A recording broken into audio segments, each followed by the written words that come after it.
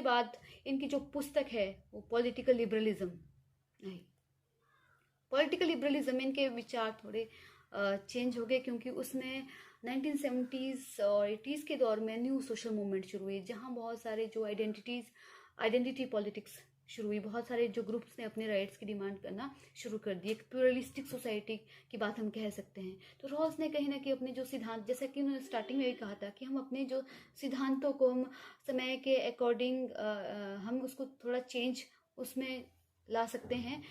तो रॉल्स ने अपनी जो पुस्तक में पब्लिक रीजनिंग की बात कही है।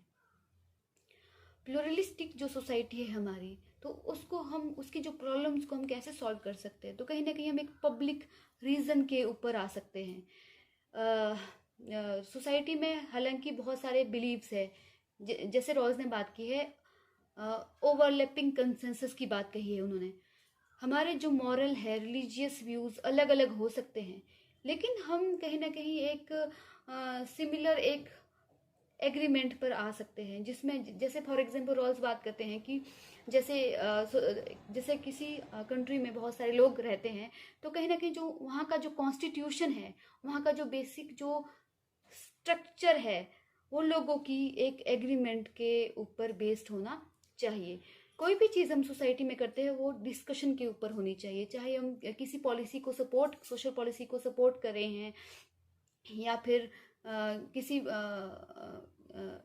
कोई भी चीज़ हम सपोर्ट करते, तो उसके ऊपर डिस्कशन और डिबेट होना ज़रूरी है।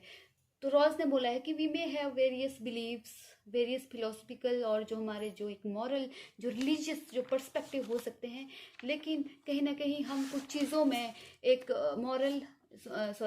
हम कुछ चीज़ों में एक कंसेंसस को बिल्ड कर सकते हैं। रॉल्स ने यह बात की, रीजनेबल प्लुरलिज्म की बात कही है कि हम रीजनेबल तरीके से, हम एक रैशनल तरीके से एक जो लिबरल जो पॉलिटिकल वैल्यूज़ को एक एक्सेप्ट कर सकते हैं।